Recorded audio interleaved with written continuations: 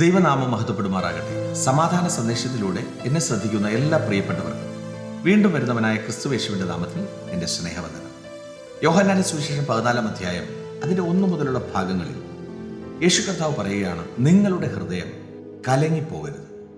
ദൈവത്തിൽ വിശ്വസിപ്പിൻ, എന്നിലും വിശ്വസിപ്പിൻ. കർത്താവ് പറയുന്നത്, നിങ്ങൾ എന്ത് ചെയ്യരുത്? ഭാരപ്പെടരുത്. ഭാരപ്പെടാതിരിക്കണമെങ്കിൽ കർത്താവ് പറയുകയാണ്, നിങ്ങൾ എന്ത് ചെയ്യണം? ദൈവത്തിലും വിശ്വസിക്കണം, എന്നിലും വിശ്വസിക്കണം. അതിൻ്റെ താഴോട്ട് കർത്താവ് പറയുന്നത്, ഞാൻ നിങ്ങൾക്ക് സ്ഥലം ഒരുക്കാൻ പോകുന്നു. ഞാൻ പോയി സ്ഥലം ഒരുക്കിയാൽ ഞാൻ ഇരിക്കുന്ന ഇടത്ത് നിങ്ങളെയും ഇരുത്തേണ്ടതിന് പിന്നെയും നിങ്ങളുടെ അടുക്കൽ വന്ന് നിങ്ങളെ എൻ്റെ അടുക്കൽ ചേർത്തുകൊള്ളും. വ്യക്തതയോടുകൂടി യേശു കർത്താവ് വളരെ ക്ലാരിറ്റിയോടുകൂടി ഒരു കാര്യം പറയുകയാണ്, നിങ്ങൾ കലങ്ങരുത്, നിങ്ങൾ ഭാരപ്പെടരുത്. നിങ്ങൾക്കൊരു വീടുണ്ട്, ഞാനത് റെഡിയാക്കുന്നു. ഞാൻ റെഡിയാക്കിയിട്ട് നിങ്ങളുടെ അടുക്കൽ വരും. എന്നാൽ ഒന്ന് നോക്കിയേ, നമ്മൾ ഭാരപ്പെടാറില്ലേ? നമ്മൾ പ്രയാസപ്പെടാറില്ലേ? നമ്മൾ ഓരോ സെക്കൻഡിലും ഒത്തിരി കാര്യങ്ങൾ ചിന്തിച്ച് നിരാശപ്പെടാറില്ലേ? കാരണം എന്തുവാ? നമ്മൾ ഇവിടെ എന്ത് കിട്ടും, നാളെ എങ്ങനെയാകും എന്നൊക്കെയുള്ള ചിന്തയാണ്.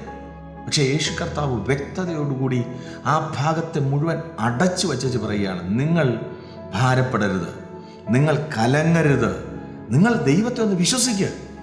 നിങ്ങൾ ഈ ലോകത്തിലുള്ളത് ചിന്തിക്കാതെ നിങ്ങൾ ഉയരത്തിലുള്ളതും ചിന്തിക്കുക. നിങ്ങൾ ഇവിടെ എന്ത് കിട്ടുമെന്ന് ചിന്തിക്കാതെ ദൈവം നിങ്ങളെക്കുറിച്ച് ആഗ്രഹിക്കുന്ന എന്താണെന്ന് ചിന്തിക്കുക. അങ്ങനെ ചിന്തിക്കാൻ റെഡിയായാൽ വചനം പറയുകയാണ്, നിങ്ങൾ കലങ്ങത്തില്ല, നിങ്ങൾ നിരാശപ്പെടത്തില്ല, നിങ്ങൾ ഭാരപ്പെടത്തില്ല, നിങ്ങളുടെ മുമ്പിൽ വരുന്ന വിഷയങ്ങളെ ഓർത്ത് നിങ്ങൾ കലങ്ങിപ്പോകത്തില്ല.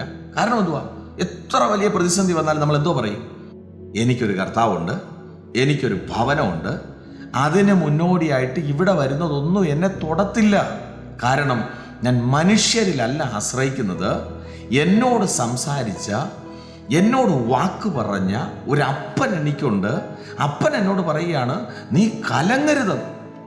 എന്നെ കേൾക്കുന്ന പ്രിയരെ, ഈ ഭാഗമൊക്കെ നമ്മൾ വെറുതെ വായിച്ചങ്ങ് അവസാനിപ്പിക്കാതെ വിശ്വസ്തയോടെ ആ അപ്പനെ ഒന്ന് കണ്ടിട്ട് ലോകത്തിൽ ആഞ്ഞടിക്കുന്ന തിരമാലകളെ ആത്മാവിൽ പൊളിച്ചു കളഞ്ഞിട്ട് ഉയരത്തിലുള്ള ഭവനത്തിന് വേണ്ടി ഒരുങ്ങി വിശ്വസ്തയോടെ സഞ്ചരിപ്പാൻ ദൈവം കൃപ ചെയ്യട്ടെ. വിശ്വസിക്കുക, പ്രാർത്ഥിക്കുക. ദൈവം വിശ്വസ്തൻ. God bless U.